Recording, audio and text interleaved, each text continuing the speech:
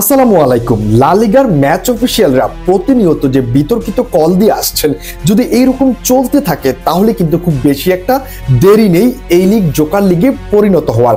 গতকাল বার্সেলোনার ম্যাচে আপনারা দেখেছেন ফার্মিন লোপেজকে রেড কার্ড দেওয়া হয়েছে, বাট ওই সময় কি ঘটেছিল যদি সেটা আপনি দেখেন তাহলে রীতিমতো অবাক হয়ে যাবেন। যেখানে স্পষ্ট দেখা যাচ্ছে ফার্মিন লোপেজ বলটাকে আগে উইন করেছেন। মানে এইরকম সিচুয়েশনে যদি কোনো দুইটা প্লেয়ার মুখোমুখি হন, তাহলে যদি কোনো ফুটবলার বলটাকে আগে উইন করে ফেলেন তাহলে কিন্তু সেই ক্ষেত্রে কোনো কার্ড দেওয়ার মতো গ্রহণযোগ্যতা রাখে না। বাট সেই ক্ষেত্রে তাকে ইয়েলো কার্ডও দিতে পারতো, বাট সেটা না করে ডিরেক্ট রেড কার্ড দেখিয়েছেন।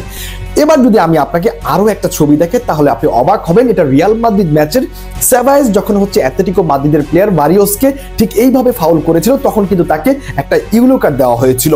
হ্যাঁ, এখানে ইয়েলো কার্ড দিতেই পারেন, এটা অস্বাভাবিক কিছু নয়, কিংবা আমি রিয়াল মাদ্রিদের পক্ষে গিয়েছি এরকম কিছু বলছি না। বাট এইরকম অসংখ্য বিতর্কিত কল কিন্তু লা লিগার ম্যাচ অফিসিয়ালরা দিচ্ছেন, যেটা কিনা কখনো মাদ্রিদের বিপক্ষে যাচ্ছেন, মাদ্রিদের পক্ষে যাচ্ছেন, কখনো বার্সেলোনার পক্ষে যাচ্ছেন, কখনো বার্সেলোনার বিপক্ষে যাচ্ছেন। সো এরকম যদি চলতে থাকে তাহলে কিন্তু খুব শীঘ্রই লা লিগা তার মান হারাবে, এটা বলাই যায়। আশা করছি সবাই বুঝতে পেরেছেন। সবাইকে অনেক অনেক ধন্যবাদ।